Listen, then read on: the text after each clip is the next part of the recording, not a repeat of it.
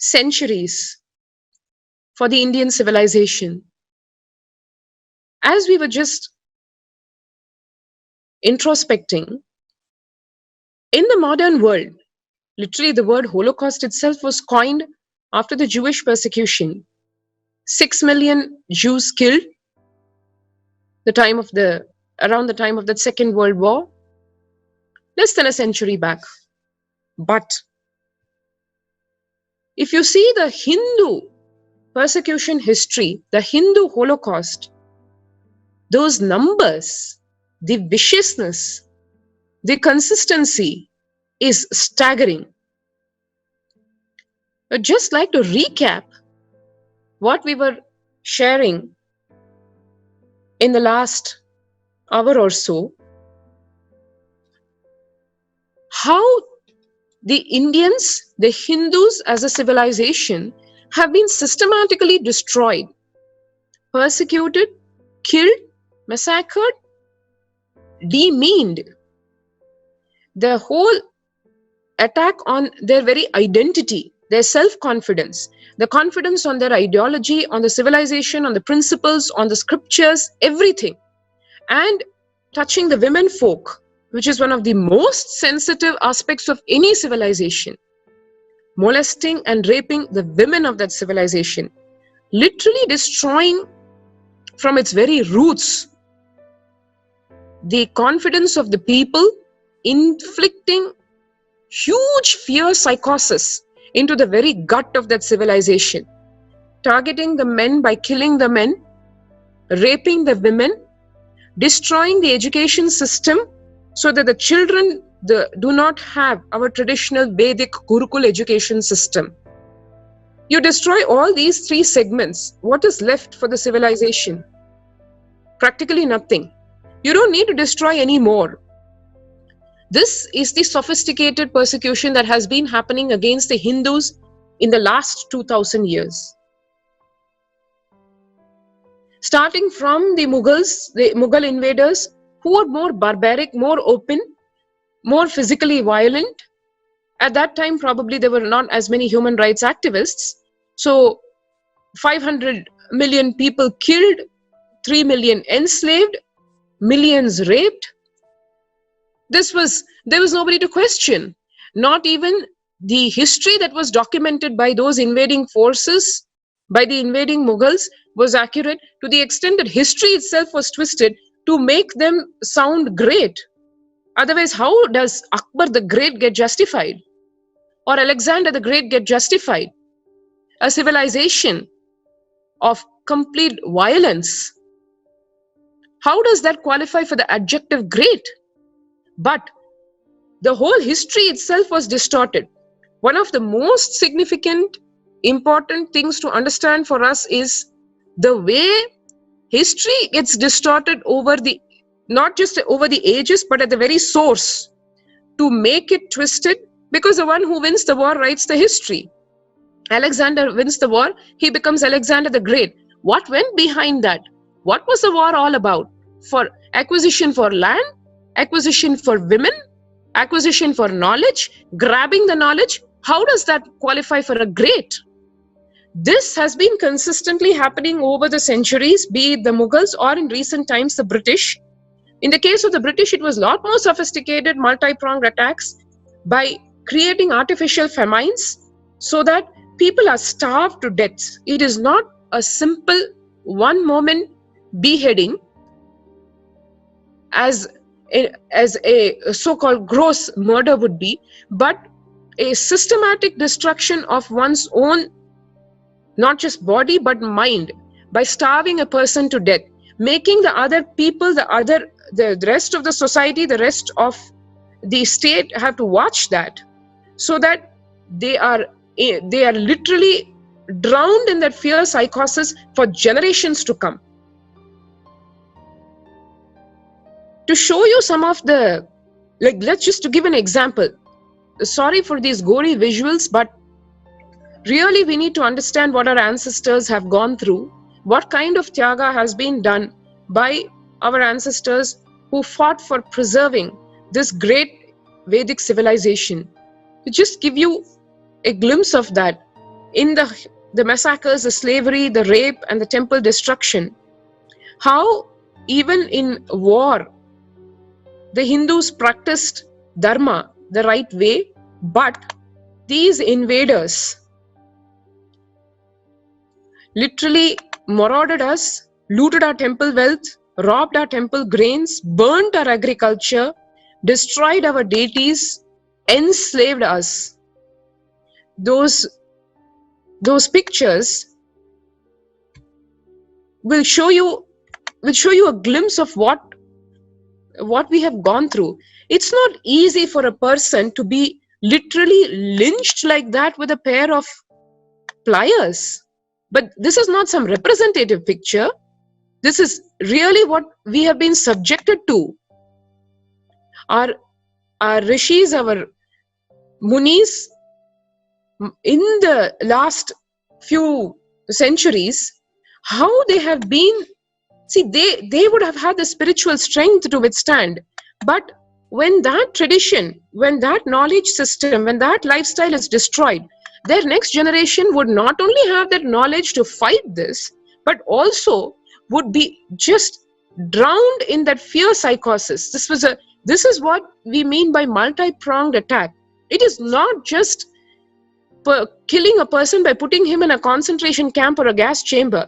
With all due respect to what the Jews have gone through, what we want to point out over here is, it is not just a simple killing, not just a taking away of a life.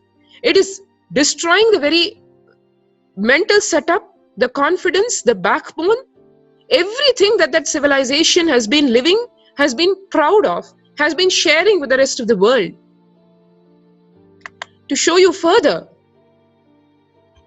down the next slides, the beheading. See, beheading a person is one thing, but as you see in this particular slide, the invaders literally killing the babies and showing that to the parents. That is what is unforgivable. It will show you the mothers, the ladies, literally being made to sit with a garland of skulls of their own children. Imagine the plight of a lady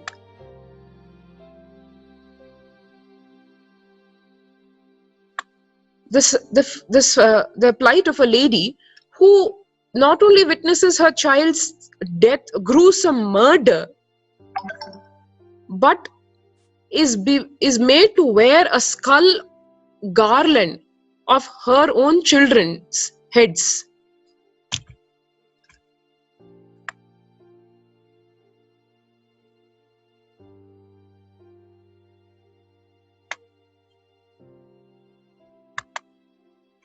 Some of these visuals are just nerve-wrenching, gut-wrenching. As I was telling, to destroy a civilization, it requires the most uncivilized way, the most gruesome way, the most unforgivable, literally anti-human way is to touch its women folk, to the extent that the women actually started a practice called sati or jauhar when the Mughals invaded, and that practice today, we can say it was such a demeaning practice. Hindus themselves derided our ancestors for having started such a practice, saying that it was so inhuman, not for women's rights. But have we bothered to see why our women folk, our ancestors, our queens had to go through such a big torture? As Swamiji was sharing, the worst way, the most painful of any pain inflicted on the body is by the pain inflicted by a burn. We can imagine if you just a tip of your finger gets burnt while, say, lighting a match or accidentally on a candle, you know the kind of pain the stinging pain, the persistent pain that you go through. Imagine what kind of a desperate situation it would have been for our queens, for our women, to have to race to the funeral pyre of their husband and be burnt alive. It's impossible to even imagine this. All of us who have done, by the grace of Paramashiva, all of us who have done fire walking, right? When Bhagavan walks those coal embers, and when we follow just looking into him, into his third eye, and when he gives us that inspiration, that is a totally different thing. But so many of us who would have had those small, those embers making some small burn wounds, don't we know what that pain is?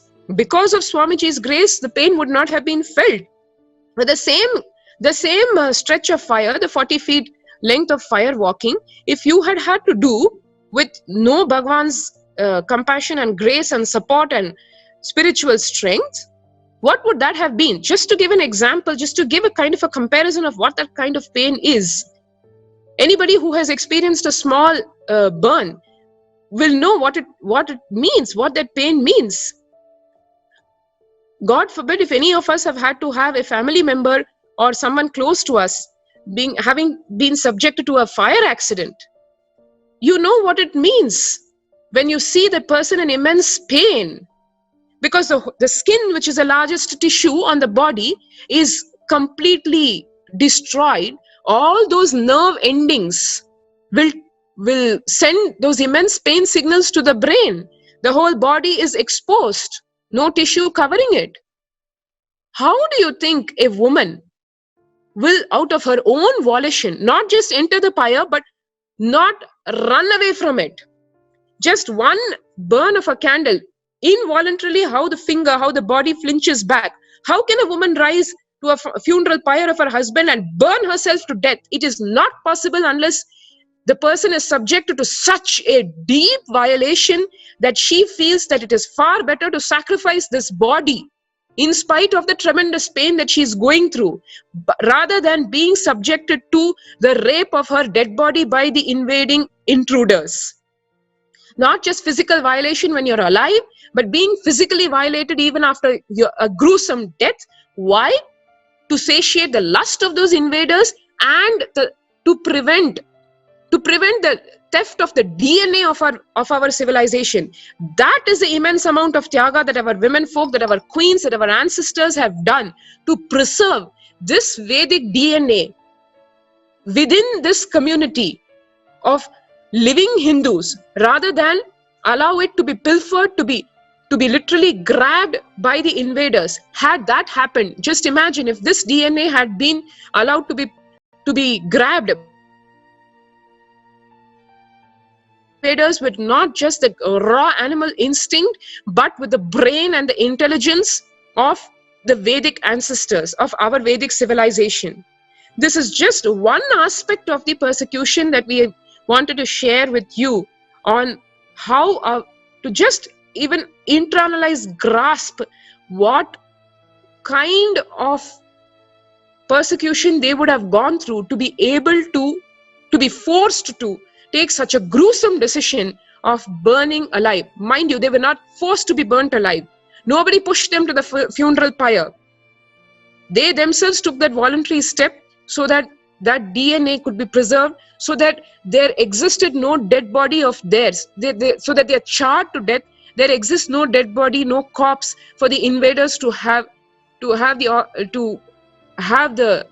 unimaginable pleasure of raping, and on top of that grabbing our DNA. Having said this, the next phase, the phase 2 so-called of the Hindu Holocaust, we shall enter into that. I invite Ma Nithya Bhaktikananda Swami to lead us into this next phase. Thank you, Nithyanandam. Thank you, Ma. Nithyanandam. Whatever we just saw and heard from Ma Acharananda Swami is hardly the surface of the Hindu Holocaust. It is even lesser than a bird's eye view The amount of mass destruction, massacre, and genocide that has happened at the physical level, and the amount of destruction that has happened at the knowledge level, at the scriptural level, where our scriptures have been stolen, burnt, where our universities, the knowledge transmission system has been burnt. The amount of destruction that has happened at the level of the psyche of the people, and the amount of destruction that has happened in the level of consciousness itself. The consciousness of not just India as a nation, but the consciousness of the entire humanity, which was receiving the science of enlightenment from the Hindu incarnations and gurus who hailed from India, was corrupted. The consciousness was destroyed.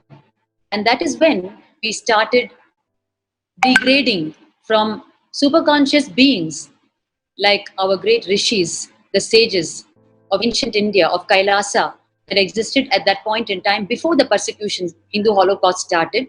We degraded to normal, not normal, to abnormal human beings living off just binary logic and intellect. The reason why we're dwelling upon the Hindu Holocaust today is only the Hindu solutions teaches the cosmic principles, and it has proven itself across the entire planet. When we once upon a time existed as 56 nations, an enlightened civilization itself, people living in bliss and achieving extraordinarily in every field we can conceive of, be it astrology, astronomy, physics, chemistry, mathematics, the aspirations that we all have today to excel in something or the other in our life is actually nothing compared to the aspirations our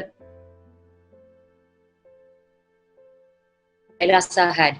They excelled simply because their consciousness was of such high frequency, because they were living the lifestyle of Kailasa, which is why again and again we need to understand Hinduism is not a religion. It is the ultimate lifestyle to live, especially when you're born human. It belongs to the whole world. It belongs to each one in this world.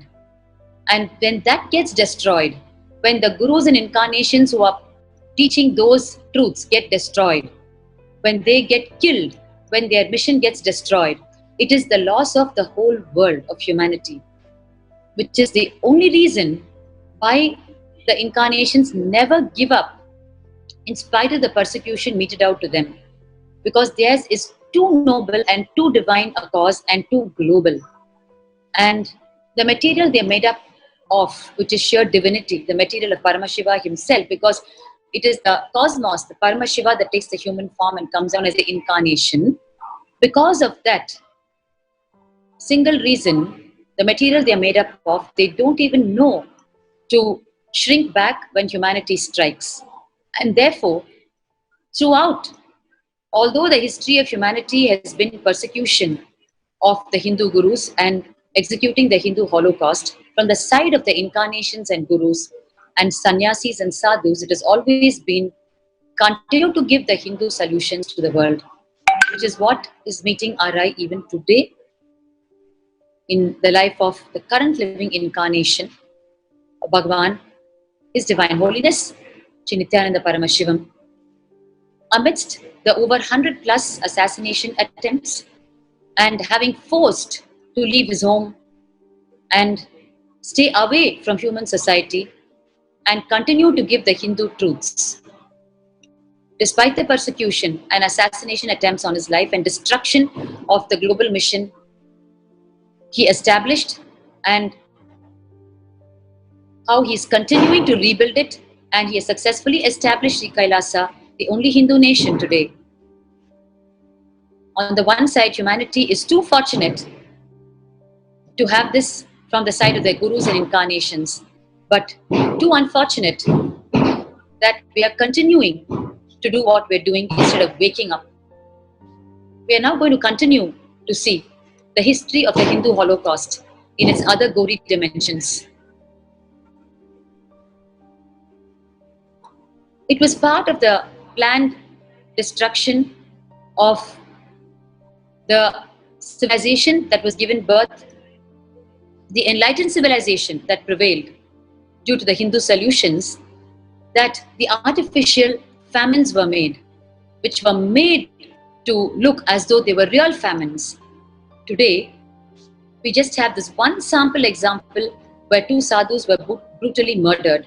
But the narratives, for those who have not seen the video, how they were brutally murdered, the narratives would be what they would believe, which is they were child thieves who were beaten to death by villagers. Just this one sample is enough for us to apply as an understanding over this entire Hindu Holocaust history that we are now understanding now. Famines were man-made, but made to believe as though they were real famines. You are now seeing in front of you 200 million Hindus were killed in several man-made famines. Hindu temples had a unique system of having grain banks where they would store grains. The temple structures are not just places of worship. They serve the purpose of grain banks where they would provide grains to society in times of crisis. And they were actually centers of learning. They were universities by themselves. And thirdly, they were where actually congregation happened and people came together and learned the Hindu truth. So they were universities in their own right. And thirdly, they were places of congregation where the powerful spiritual and religious practices were performed to spread the energy of the superconscious energy to people and to give them the deeper understanding and experience of these powerful rituals, practices of spirituality and religion. They were multi-purpose, multi-dimensional gifts from Hindu Dharma for the sake of humanity. And part of their purpose was to store the grain banks which would provide the grains to society in terms of crisis. With the destruction of the temples, these grain banks were destroyed and the Hindu civilization was pushed to food crisis. That was how the artificial famine was created. Even the modern economic and technological process has not been able to end this food crisis till now. Because what started off as an artificially made famine, we have not been able to make up for it or wake up from the truth behind it. Because by then, the consequences of that artificially made famine became huge. And people had to struggle with so many other things in their life because of that. And parallelly, the persecutors, the executors of the Hindu Holocaust were striking in all the other dimensions, like how you just heard. And therefore, life became survival mode. And the truths went down the drain. The lifestyle degraded. And what you're seeing in front of you literally became the beginning of the human beings that would follow after this, as we exist today. Where literally even the human form has shrunk. In the times of Meenakshi, it is said, it has been shown and proven that human beings were 8 feet tall, built so healthily and so powerfully. During the course of the Hindu Holocaust, even the physical forms of the human being shrunk because of the physical, mental, spiritual, psychological impact of the persecution. And human cognition started shrinking. And from these years of famine, the human beings that developed, even physically, became much shrunken in form. And today, a 6-footer is considered really tall by today's standards. And we don't even know that we had a history where human beings were 8 feet tall. Goddess Meenakshi herself was 8 feet tall, a towering personality. We need to connect, we need to understand very deeply the impact of the Hindu Holocaust on the life of you and me. It is just not something that happened to a sect of people who existed at that point in time. The effects of the Hindu Holocaust is existent in today's life and lifestyle where you and me are involved. As we move on further in this presentation, let us see the statistics of famines, the artificially created brutal famines. Just between 1100 and 1600, 11 famines were created, 10 million starved to death. And 1700 to 1950, during the colonial era of India, 80 million were starved to death. And from 1100 to 1700, during the Mughal era, 18 million were starved to death. And from 1783 to 84, what they call the Chalisa famine, they gave fancy names to make it sound very global and very professional. No one knew that the whole thing was artificially created with brutal intentions behind it. 11 million were starved to death. 1791 to 92, called the Dojibara famine or the Skull famine, 11 million were starved to death. And during 1600 to 1800, there were 3 other famines that caused 10 million to starve to death. And 1769 to Bengal famine struck, where 10 million were starved to death. 1876 to 78, the Great Famine, the Southern India famine, 8.2 million were starved to death. 1860 to 61, the Upper Doab famine, 2 million were starved to death. At least today, we need to understand that none of these famines actually happened as a natural calamity or a disaster. They were all very meticulously planned, very meticulously executed, but we were made to believe that it was a natural famine. The malice that executed the Hindu Holocaust needs to be clearly understood so that we wake up today and be part of re-establishing what is required to save humanity.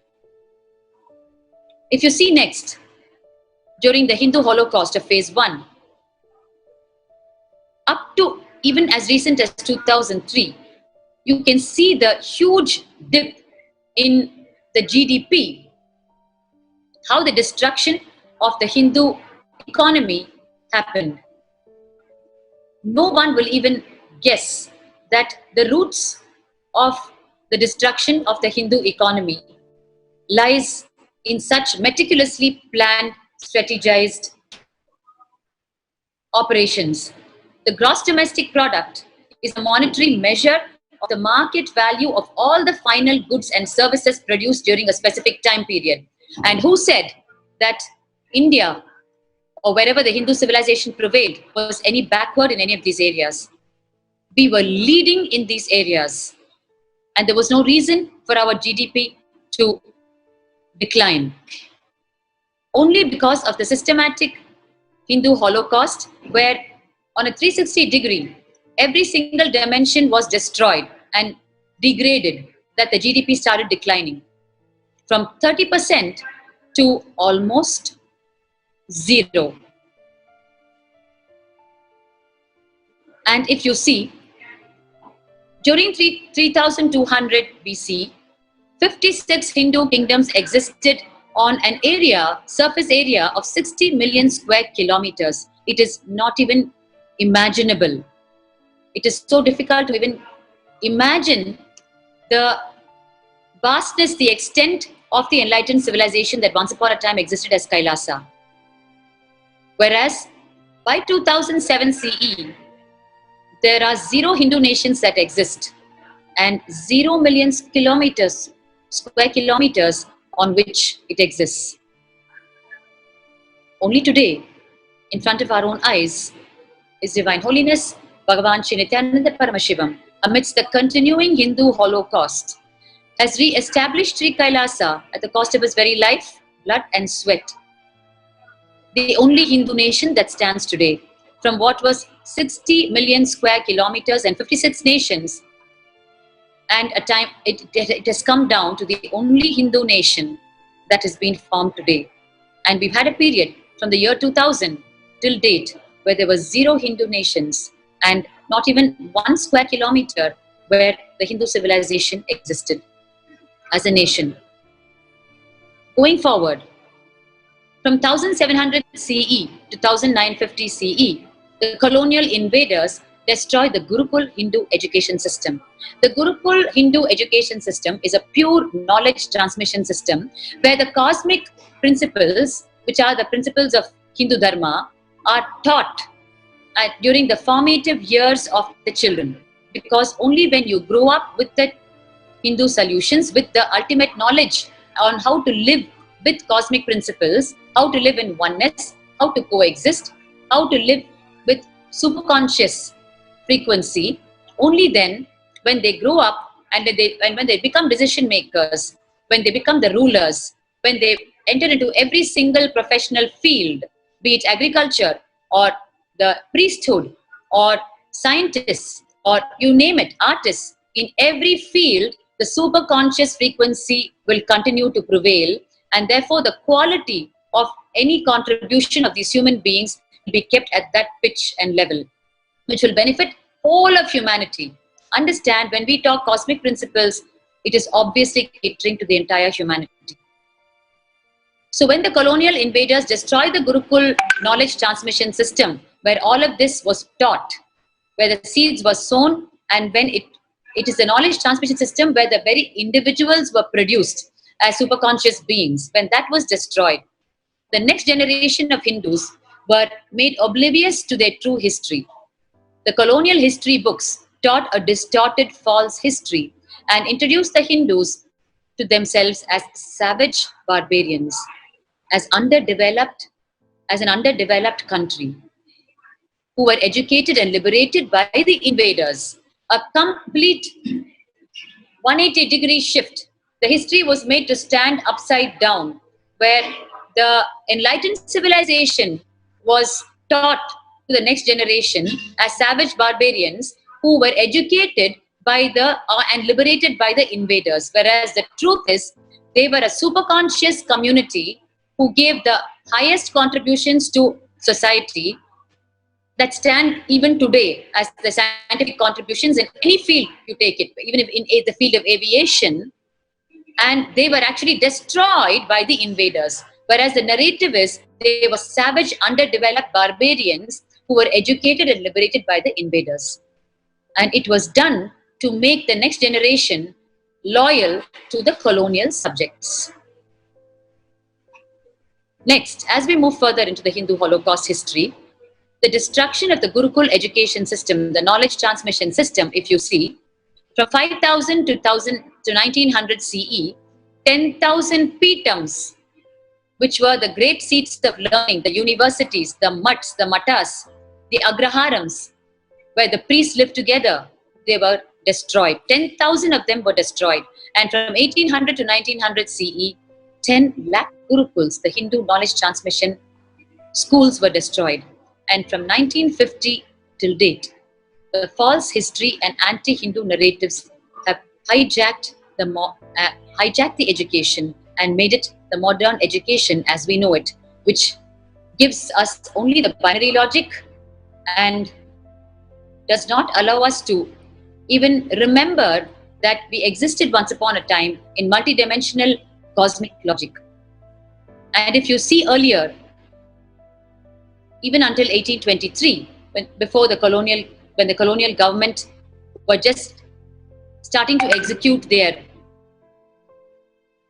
part of the Hindu Holocaust, the education, the Gurukul Hindu education, offered it completely free to all communities equally in the society.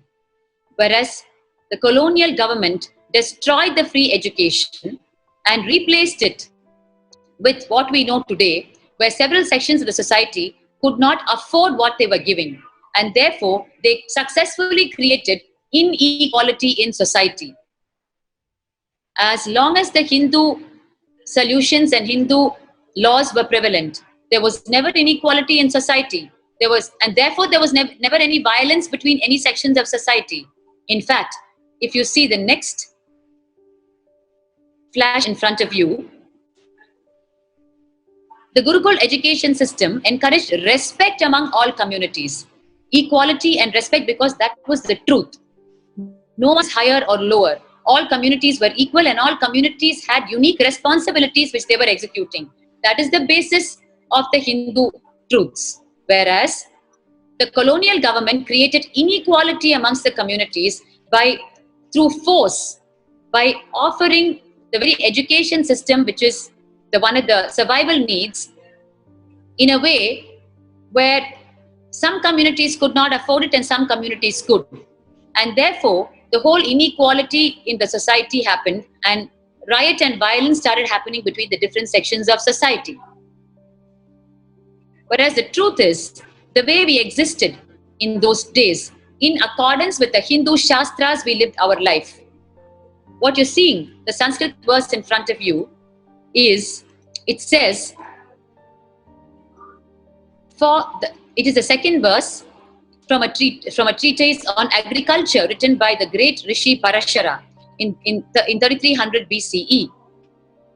He says, in spite of being learnt of 4 Vedas, if a priest considers agriculture inferior, he is bound to be stuck in cycle of poverty. Look at the way in which they're even giving it as a warning. If ever a priest who is proficient in the 4 Vedas considers agriculture to be any inferior to him, then he will be stuck in the cycle of poverty. This is not only giving us the great truth of inequality of all communities, it is literally a warning which they have given us then itself. What will happen if you move away from this truth? And that is exactly what is happening to us today.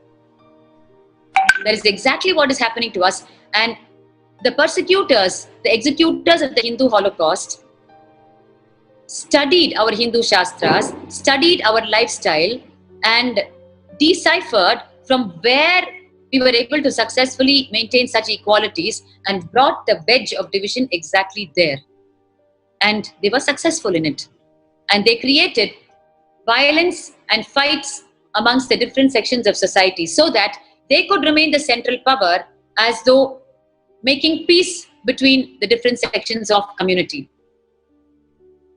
Unlike the modern era, even in 10,000 years of Hindu history, there is not one shred of evidence of community-based violence that we face today. As you can see in front of your eyes, our Shastras have laid down the way to live, and we lived and we were successful. There was no communal violence.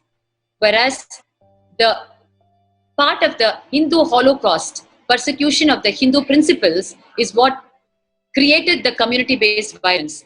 The colonial empire applied the divide and rule strategy. The moment they divided education for different sections and made it impossible for certain sections to receive, they successfully created the communal violence, which was their very intention also.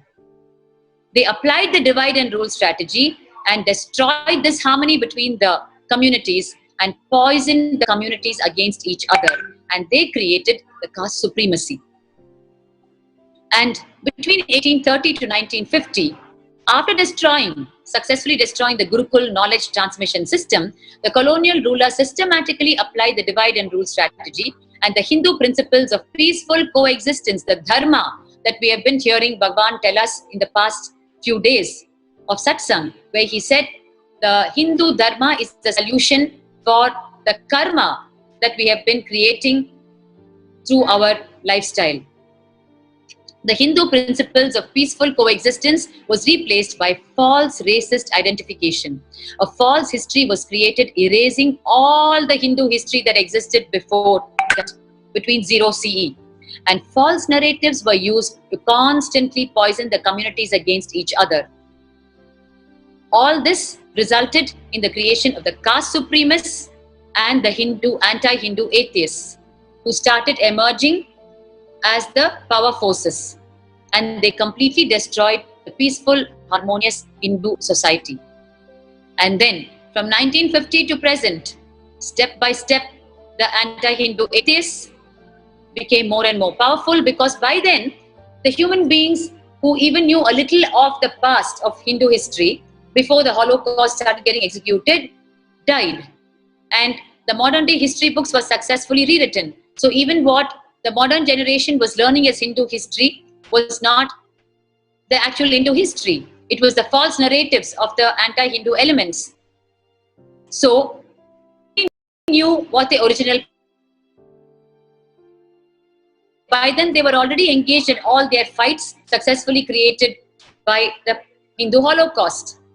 And therefore, these two emerging powers, the anti-Hindu elements, the atheist elements,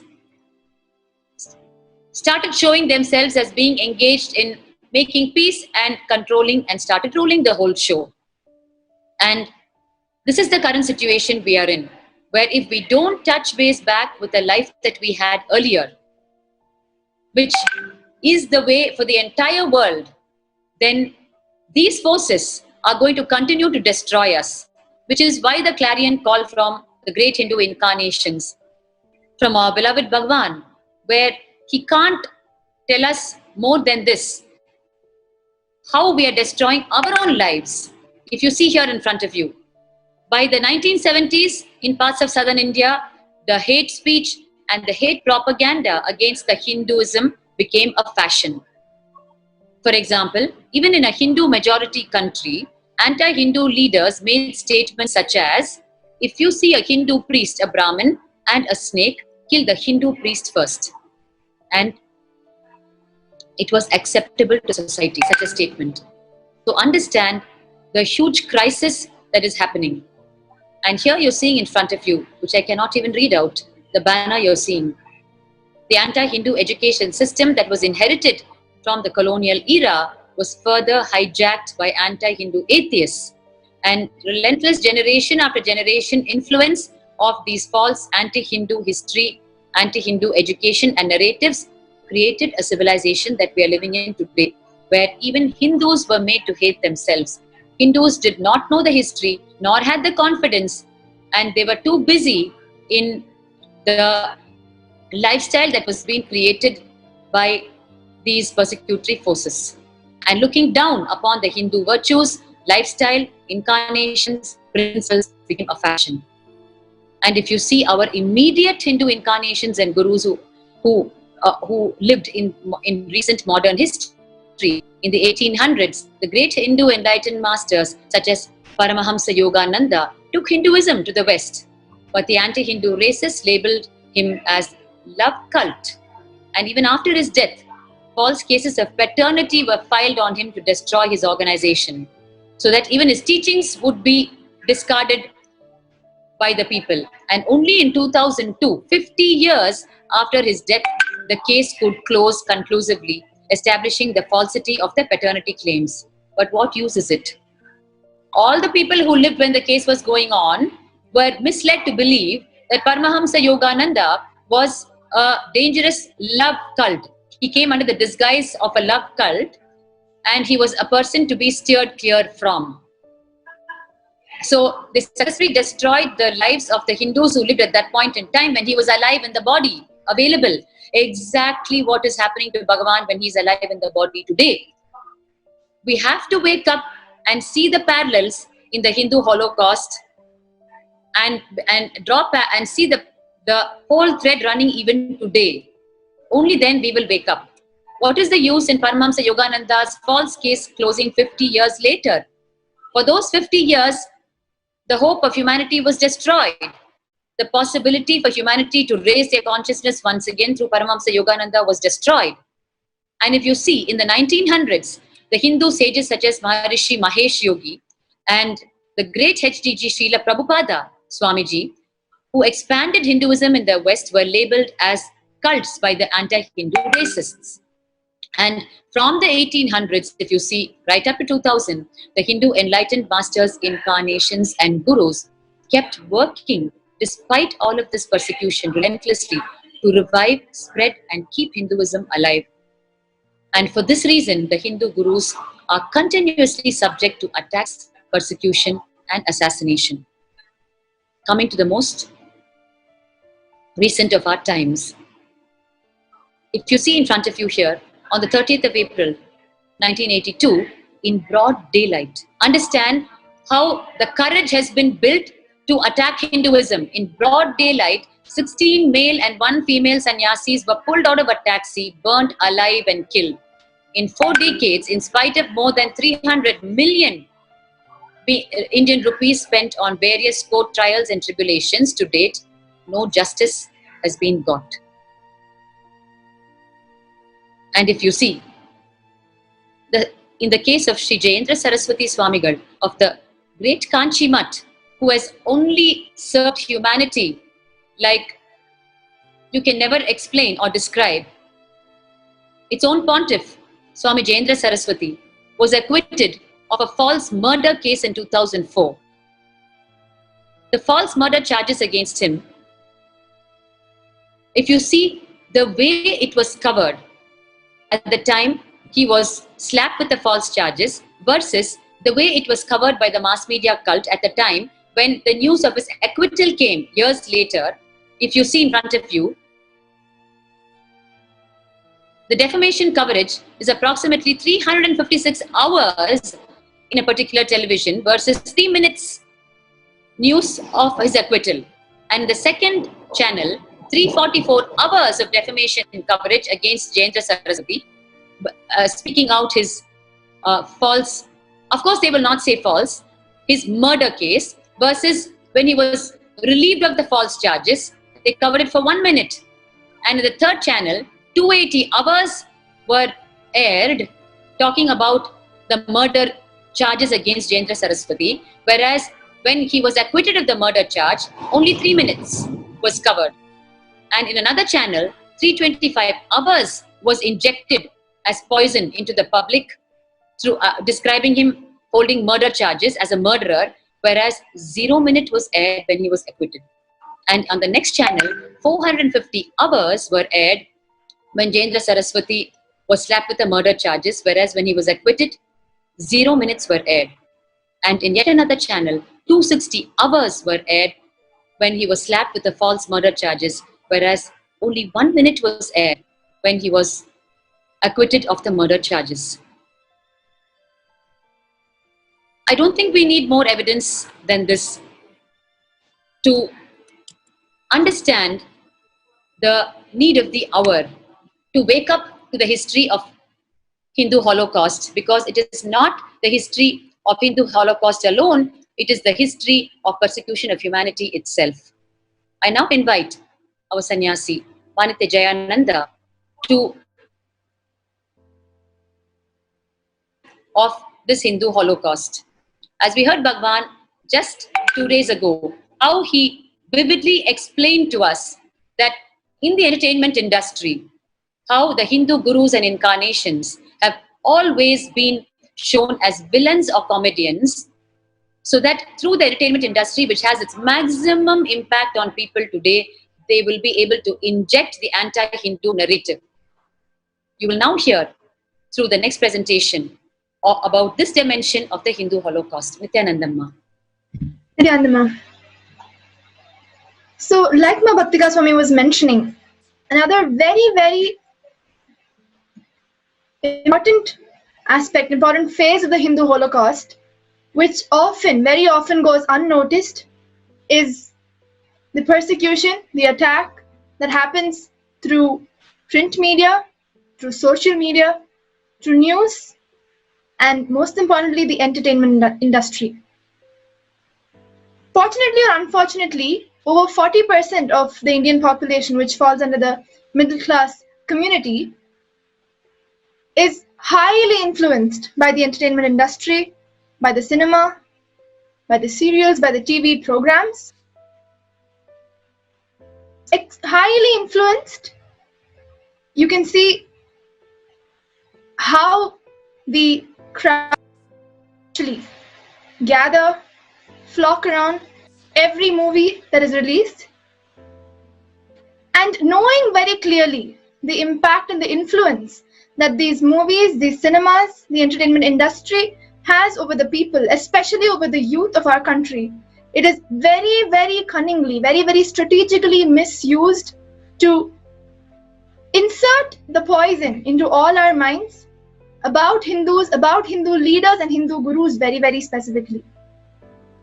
If you just Google up and look at large all the villains of the Indian cinema, you will very, very clearly see they are 90% of the time depicted with clear Hindu symbols, and every time less than 1% of the heroes will have any symbol of Hinduism on them. As you can see the pictures, very, very evidently, the huge tilak which is placed on their forehead, the kind of worship they do, everything, the way they are projected as Hindus. And so unconsciously, all of us are taught and made to believe that Hinduism, that Hindu leaders, Hindu gurus are violent, are criminals. Continuous brainwashing, unconsciously, nothing is told to us directly. But very, very subtly, these ideas are inserted into us. On one side, showing them as villains, if not, otherwise they're comedians. We have seen hundreds of examples where Hindu sannyasis are used, Hindu characters are used as comedians in so many movies, so many cinemas. And let me be very frank, even me back then, as a student, back in school, would go and watch these movies and not even realize that these are directly questioning my own tradition in which I'm born into, my own tradition which has benefited me so much. It is so accepted by everybody because we don't realize the poison that is being fed into us.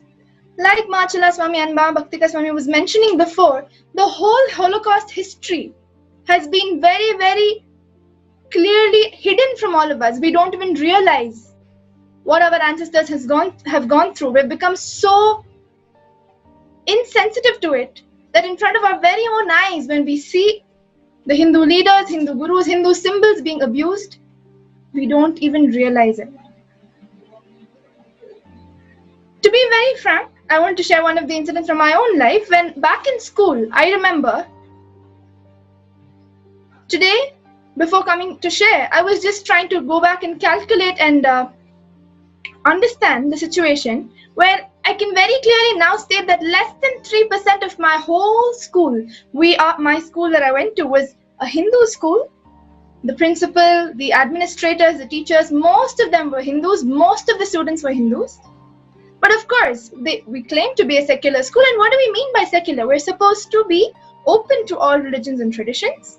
But no, if I would wear the kumkum and go to school, my PT teacher would catch me and say, I'm supposed to remove it, I'm supposed to rub it off. If I would wear the bindi and go, all my friends would make fun of me. Only because I had Swamiji who gave me the context as to why I'm supposed to be doing it, I had the courage and I continued to do it and not fall into an inferiority complex or feel ashamed of myself. But what Swamiji is telling us that the next generation is not even going to be Hindu, they're going to be ashamed of us. Let me tell you, it has already started. This silent, very, very subtle persecution continues till date. We do not realize, but all the media, all the print media, news media, everything is funded by the anti-Hindu, anti-social elements, very, very consciously planning to defame and destroy Hinduism.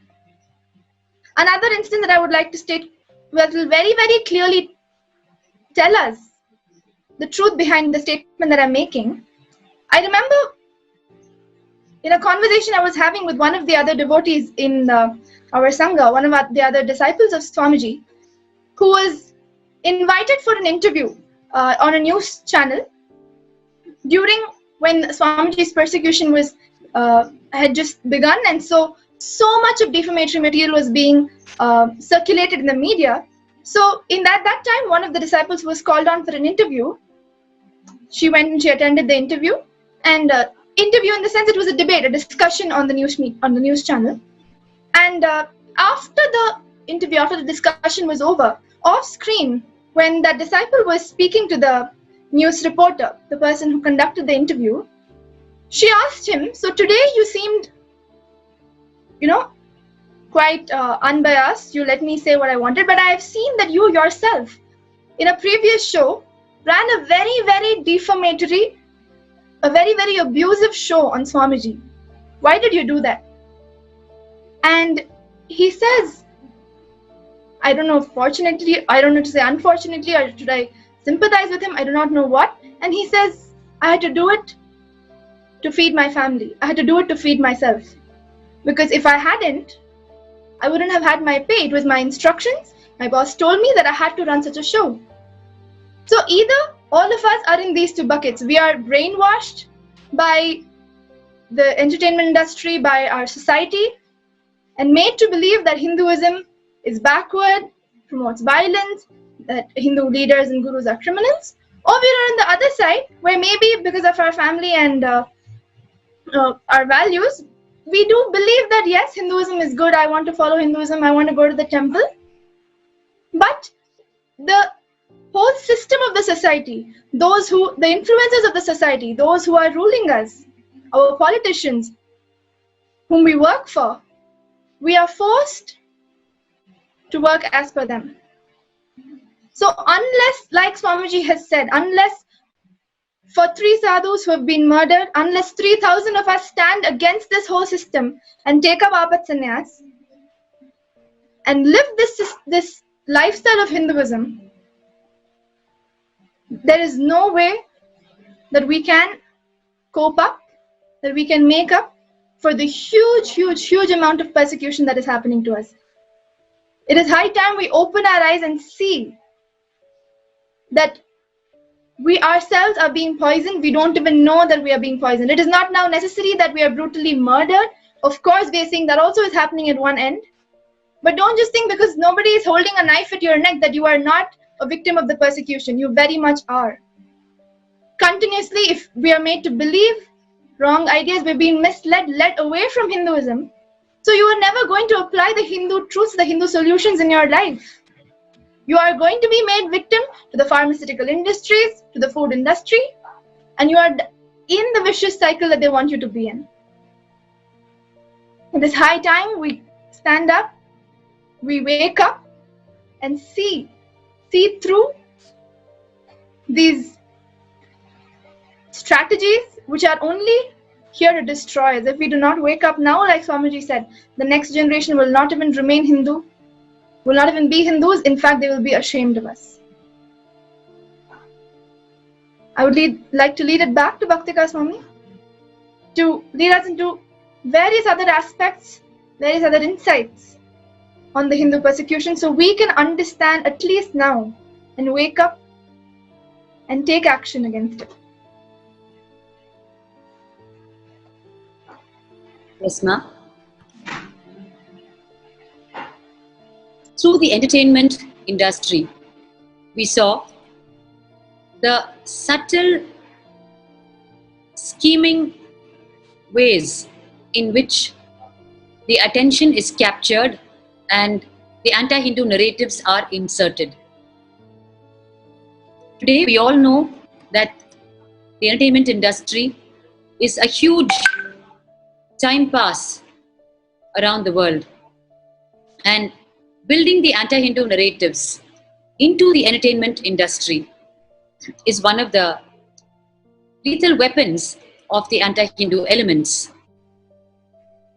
And we consume it because every time we are watching the cinema or the television, we are literally in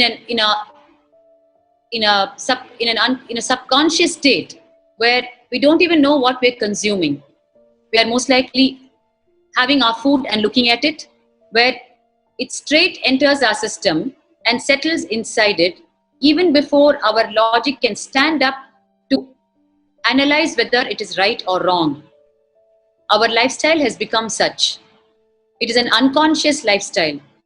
So this, combined with the continuous feeding from the entertainment industry, adds up where you are unconsciously living, and therefore what is being shown, the anti-Hindu narratives, in the form of the very heroes and villains and comedians, straight away get engraved in you even before you exercise your wisdom on it, your clarity on it. So it is one of the most dangerous ways in which the Hindu Holocaust has been happening, where we don't even have a clue that it is being done to us.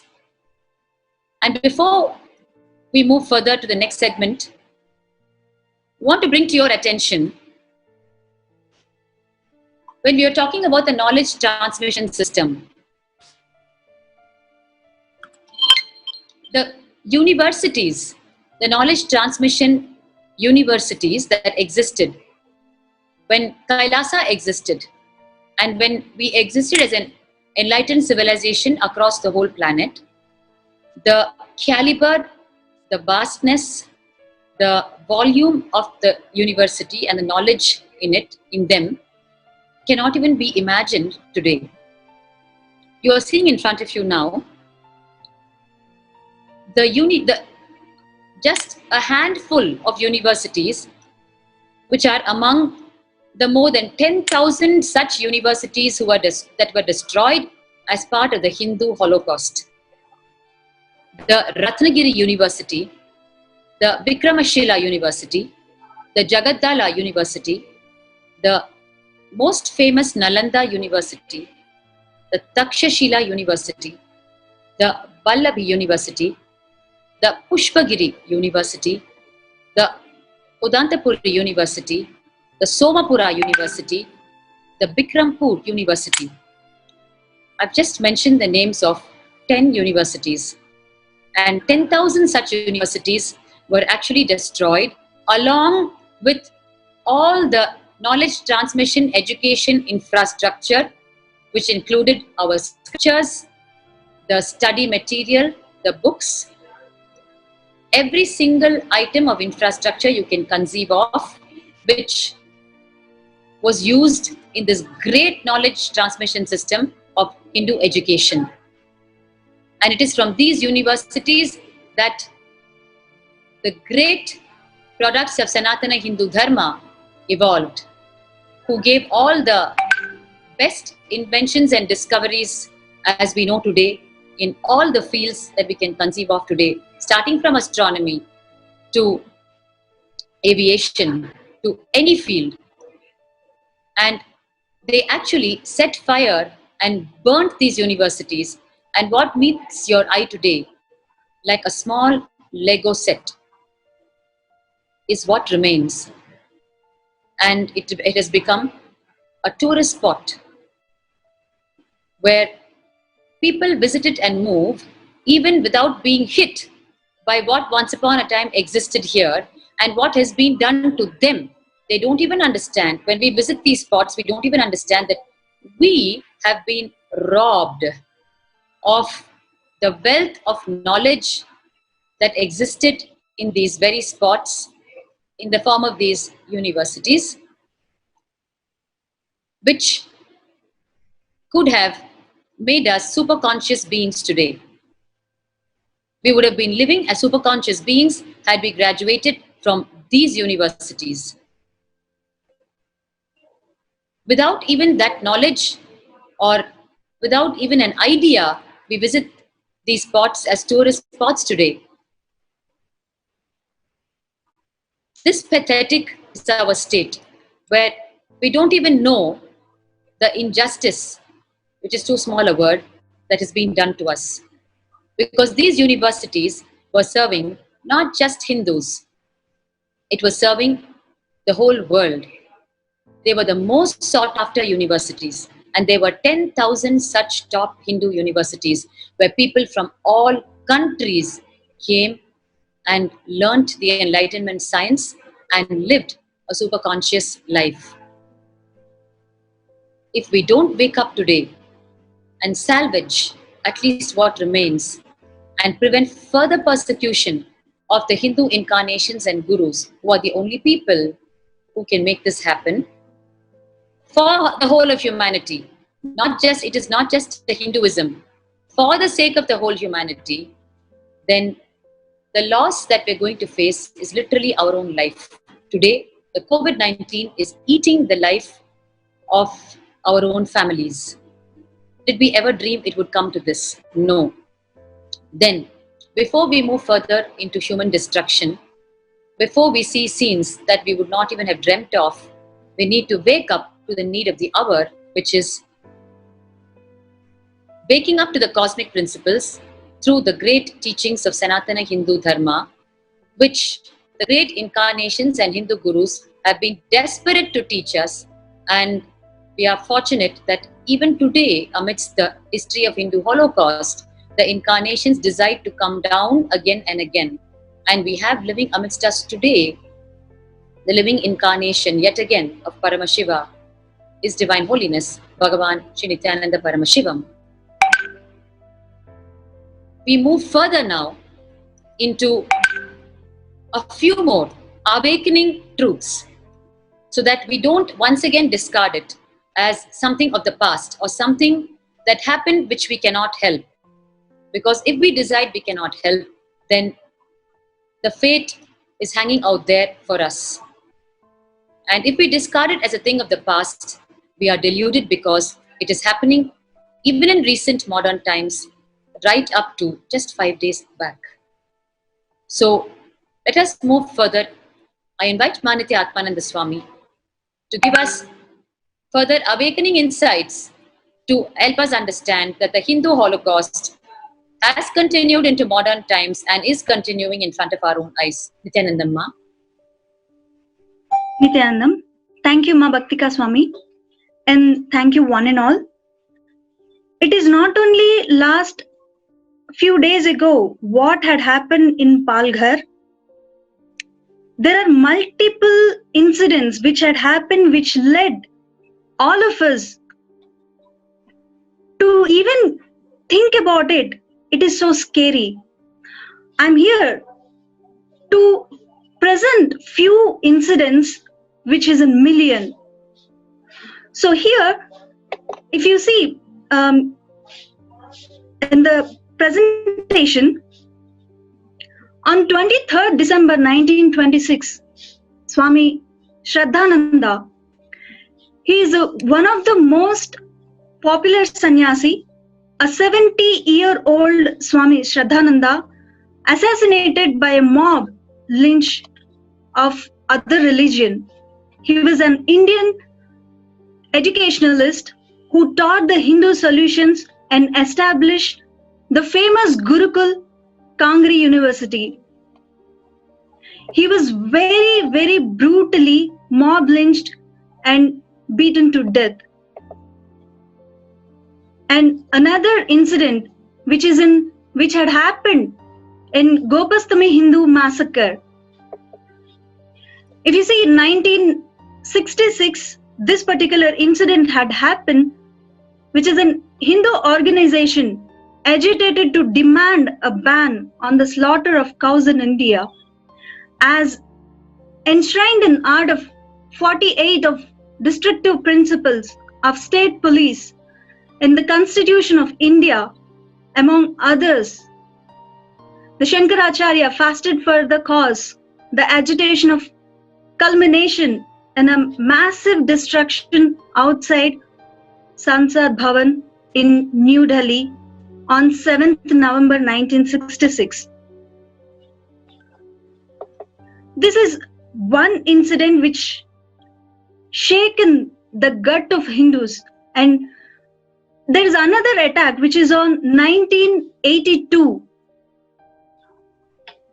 attack on a sannyasi in Anand Marg, where 60 males and one female sannyasi of Hindu Sannyas order of Anand Marg were pulled out of the cab and burnt alive near a bridge in a broad daylight. More than 30 crore was spent by government on various court trials and tribunals. The end result is no justice. At another incident, Swami Lakshmanananda Saraswati, who was murdered brutally on 23rd August 2008, Swami Lakshmanananda Saraswati and 4 of his disciples were brutally murdered. He was a Hindu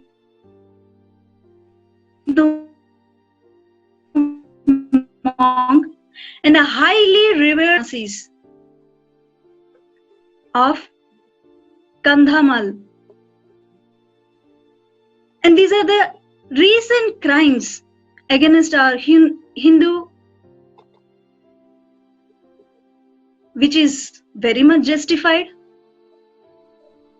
There's one more recent incident in 2007 in Dinakaran office by mob lynching. In this, 3 people were killed by burnt alive. The atheist group's Tamil Daily Dinakaran's office is referred here.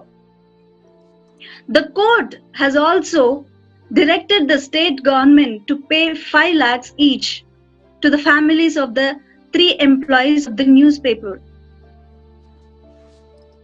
How this 5 lakhs can give a life?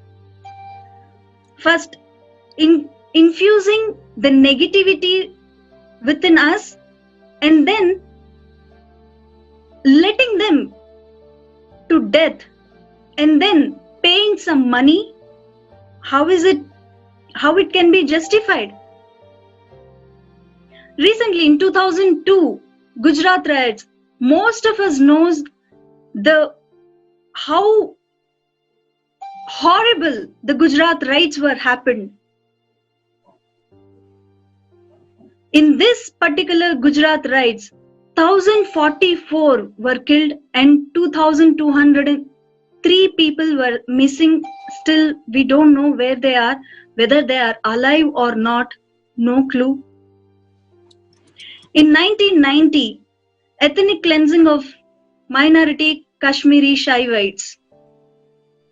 Now today, we don't have a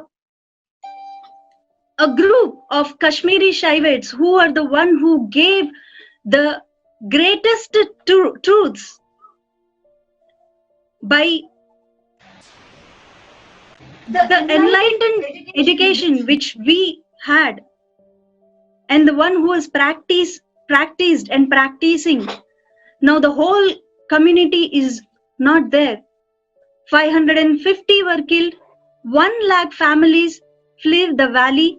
Kashmiri Shaivites are ancient religious ethnic minorities known to have lived in the valley of more than 10,000 years continuously. There is no justification.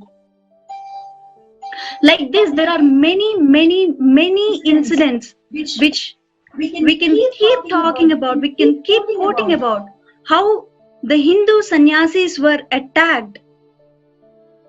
We will be seeing in the further sessions. For now, let us all sit straight and be in a receptive space for our Supreme Pontiff, Bhagavan Sri Nithyananda Paramashivam, to enter and give the powerful cognitions. Let us all sit straight and chant the Mahavakya, Om Nithyananda Paramashivam.